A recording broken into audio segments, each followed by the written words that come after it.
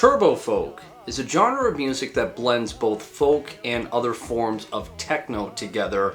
that started roughly around the early 90s, and it's popularized in the Balkan region, and was specifically the countries of Croatia, Bosnia, and Serbia. Now, what makes Turbofolk such an interesting and honestly very controversial topic within the discussion of music is that while yes, it's a mixture of two different styles being played together, when you look into Turbofolk and search it up, you get two completely different representations of it. On one hand, you'll come across Turbofolk that I would say is the more approachable side, as it has elements not only just of folk and techno music, but also elements of pop and Europop kind of blended together that surprisingly hit mainstream appeal within Serbia, that portrays more of the glitzy and glamorous lifestyle. Typically, a lot of artists that you will find in this variant of Turbofolk tends to be women that portray or play along with this style of music. And one of the best representations I can give you of this approach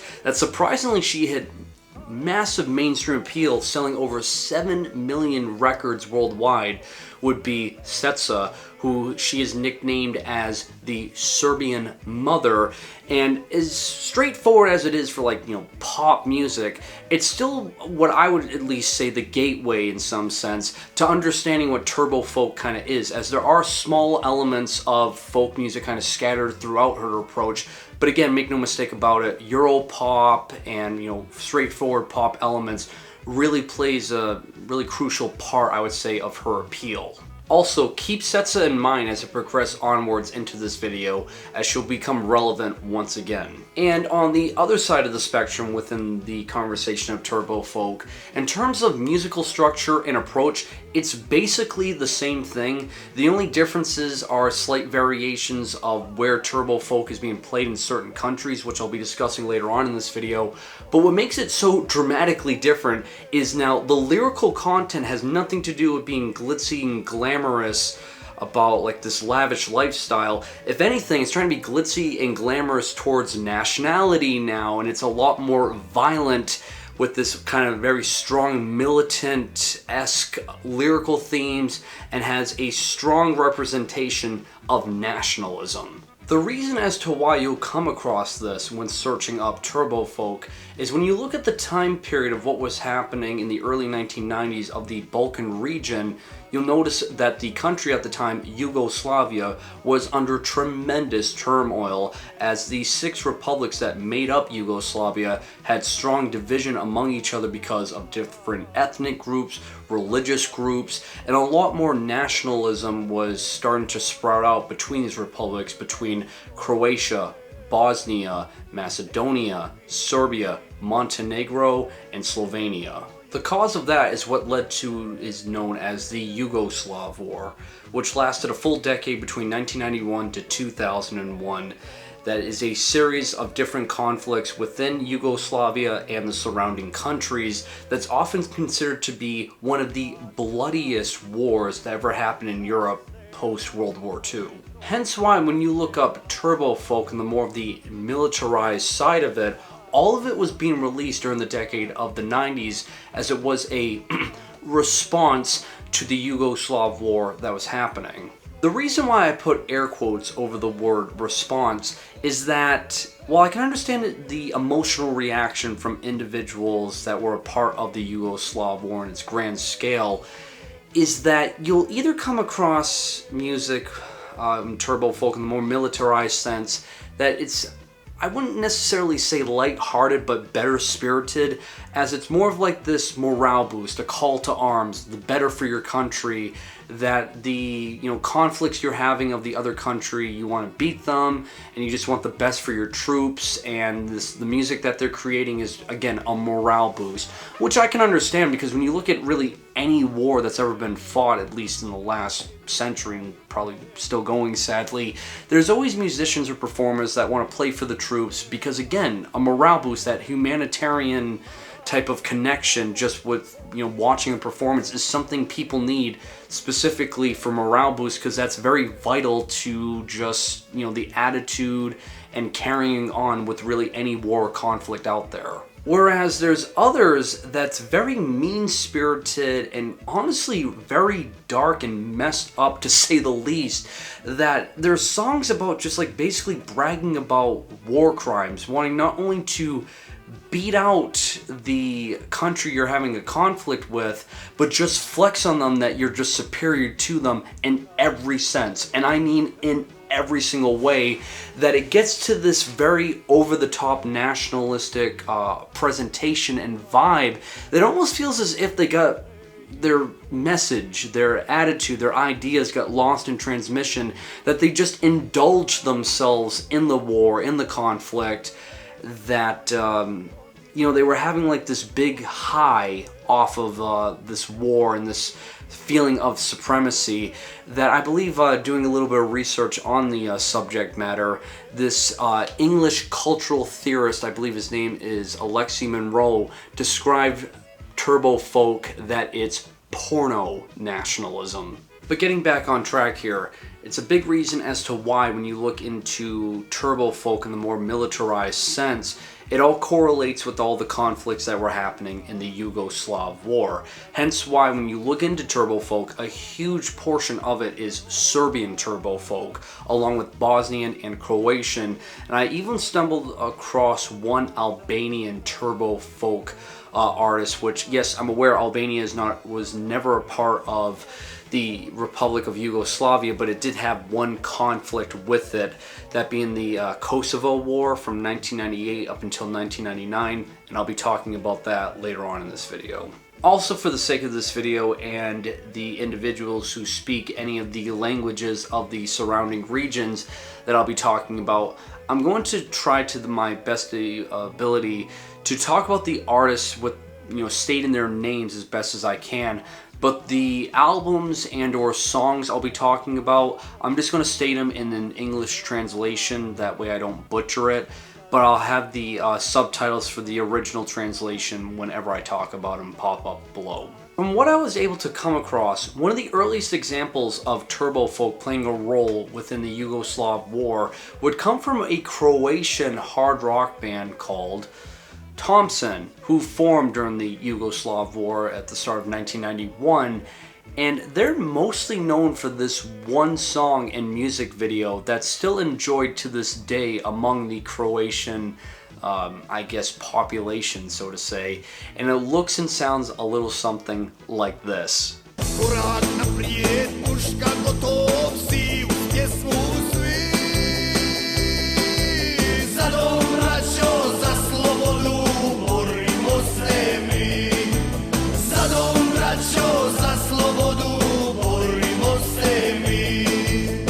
Unlike other Turbofolk artists that I'll be discussing later on in this video, what makes Thompson so different is not really the music video, as it has all of the, you know, components of a Turbofolk music video. You have it very low quality, as it was done in the early 90s, and it's raw footage of the troops of the country that they're representing or singing about in the music video for more of this like morale boost. But what I find different about it is not only the music being played, is there's a lot more of like this hard rock influence in terms of how the guitars are being played, to even how they're singing, which how he sings, he kind of like really stretches out some of the verses, that it kind of resembles a bit of like AC/DC, oddly enough. But what I find to be the standout feature about this is you'll notice during the choruses, while Thompson is singing it, all of the other troops are singing along with the band. That has more of like this unified sense with it now. Not so much like we're flexing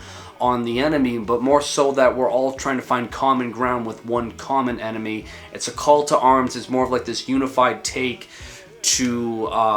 band together. Which, by the way, this is all in reference to the Croatian War of Independence during 1991 up until 1995 against Serbia. The only other thing to point out with this band that I find interesting is that they're still active today, and the reason why they named their band Thompson, which is a little bit odd considering that it's an English word, yet they're from Croatia, is that it's in reference to the gun that they were using, the Thompson submachine gun, which he's showcasing within the music video, which I just think overall in terms of the presentation and what it's trying to showcase with its morale boost, Thompson with this Croatian take of Turbofolk is the most tasteful of the bunch. As for Bosnian Turbofolk, there's a few examples that I can give you, and what separates them from either Croatian or Serbian Turbofolk with their overall approach is there is a lot more of this Arabic music influence embedded into their sound, as they utilize a lot more of the instrument known as a balama with some of their melodies that they incorporate. And I believe a huge reason as to why that is Bosnia had a lot of Bosniaks, which are basically Bosnian descent individuals, only they had the religious belief of that of Muslim. One artist that would encompass all of that together on an album would be Miro Semberac with his album Muzahedin, which hopefully I said at least one of those syllables correctly. The only other Bosnian Turbofolk song that I came across, and it's the one that gets the most amount of attraction that is known, is simply titled Artillery. And it's this one-off patriotic war song from the Bosnian War when it started. And it's performed by this individual named Mohamed Burkić Hamo. And I would say out of all the Turbofolk songs that I came across, regardless of what country it came from, Artillery is honestly the most anthemic of the bunch. As for Serbian Turbofolk, this is where you will find the mass majority of artists in this style of music. In terms of song structure and approach, Serbian Turbofolk is a lot more focused on the folk aspect, as there's a lot more usage of accordion among Serbian Turbofolk artists,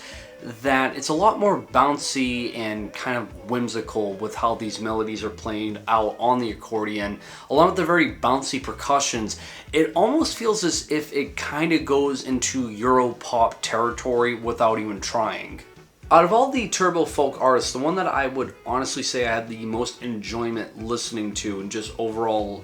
in terms of execution, song structure, and just performance, would be Roki Vulovic, which I would say out of all of the Serbian Turbofolk artists, he's the most innocent of the bunch, as really most of it is just war songs that have to do with propagandizing more of this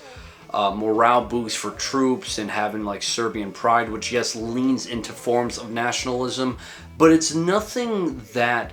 ignorant, I would say, of the bunch that I'll be talking about later on, that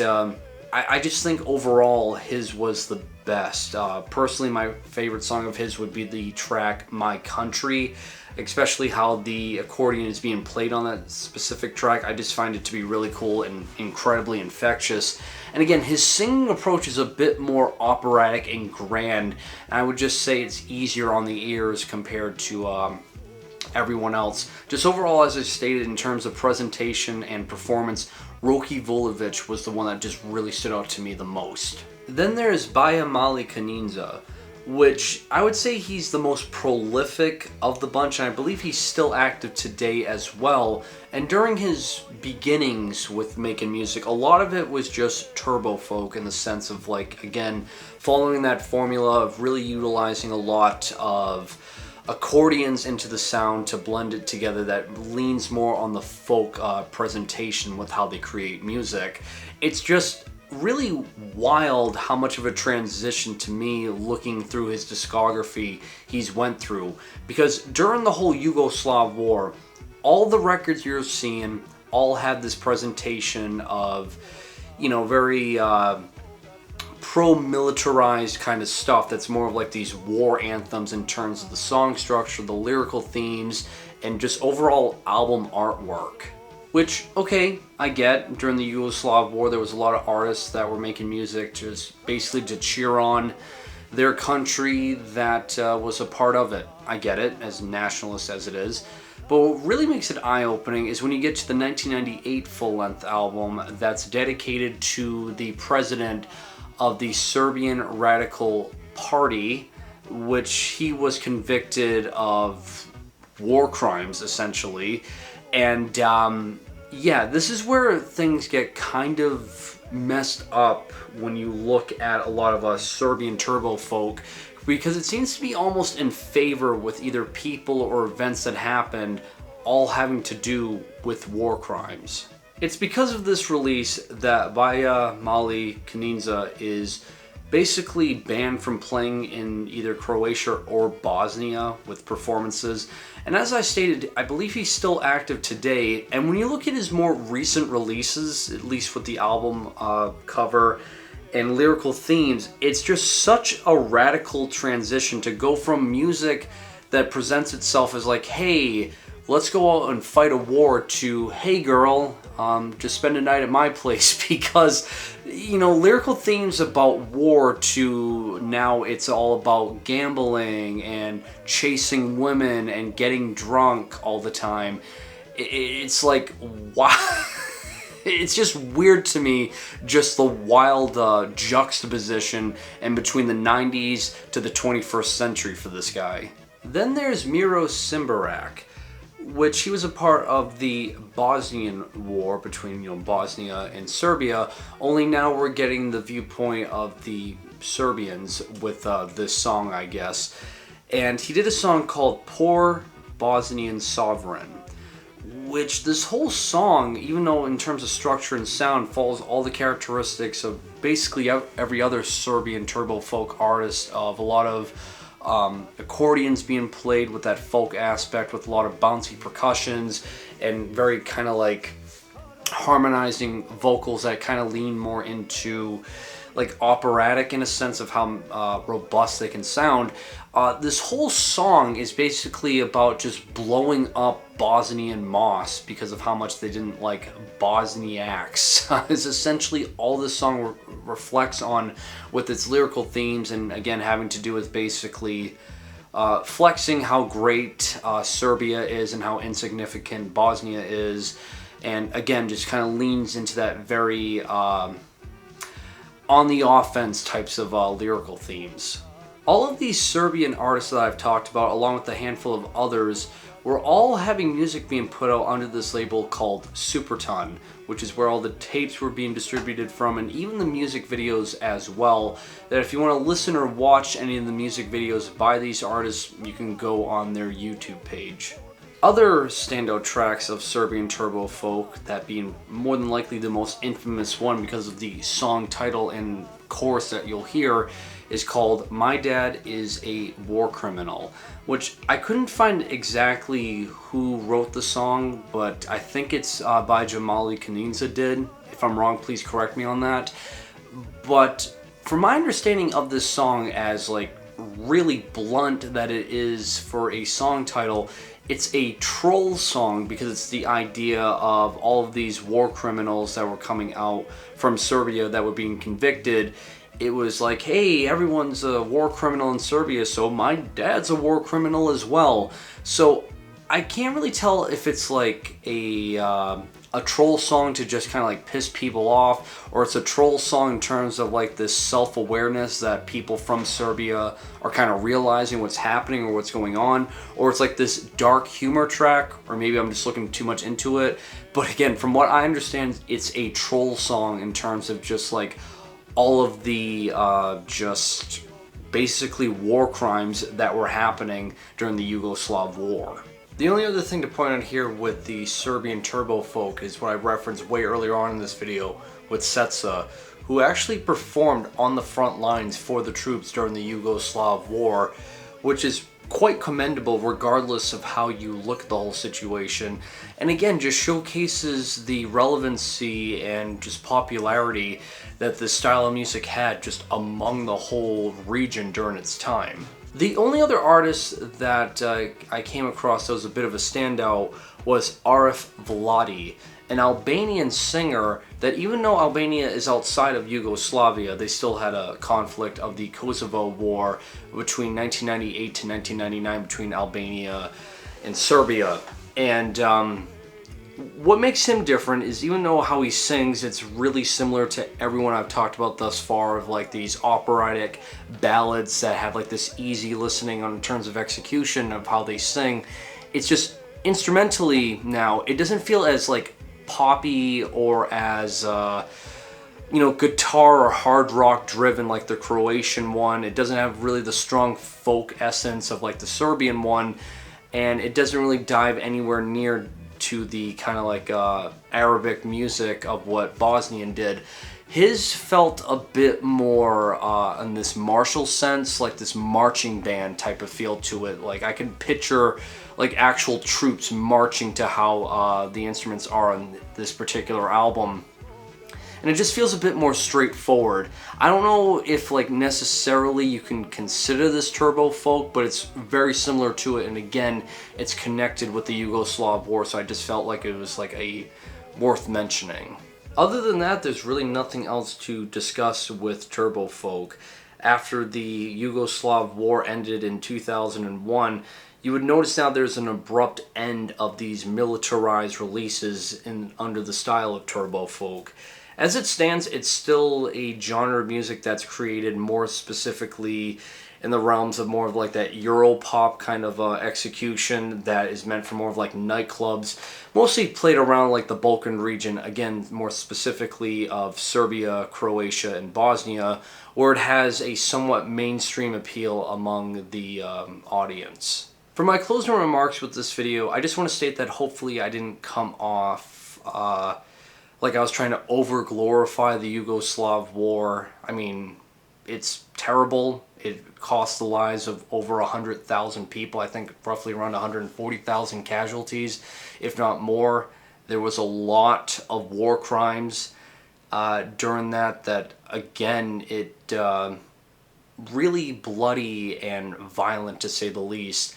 And I know in some sense listening to turbo folk around like the releases I talked about may come off as if like, hey, thanks to the Yugoslav war, this awesome music was created. And while yes, I do enjoy it, at least some of it anyway, with Roki Vulovic, which I explicitly said, I guess what I wanted to talk about is like, again, I just cannot believe this happened. It's a part of history whether we want to admit it or not. And maybe I just always live by the saying of if history upsets you, then it's correct. And the Yugoslav war is just something that's never talked about. And I know my video's not going to change that because I'm primarily focusing on one little niche thing of music that kind of came from all of the hatred being spewed by people. But yeah, I'm just kind of just, again, in disbelief that something like this happened, and I've always wanted to talk about it. And usually I don't apologize in my videos because I'm very well aware of what I'm doing and I don't feel like I need to hold any apologies. But I know this one is probably the most touchy of subjects because of it being so connected to just such a bloody part of history that's still recent for today's standards. It was only like, 30 years ago stuff like this was happening. But yeah, turbo folk, the Yugoslav war, it was a thing, and it's just left me always in disbelief that it is a thing. And that'll do it for this video, guys. Like always, links provided to everything I talked about will be in the description below. Like always, hopefully you guys drink plenty of water to stay hydrated, and have a great day.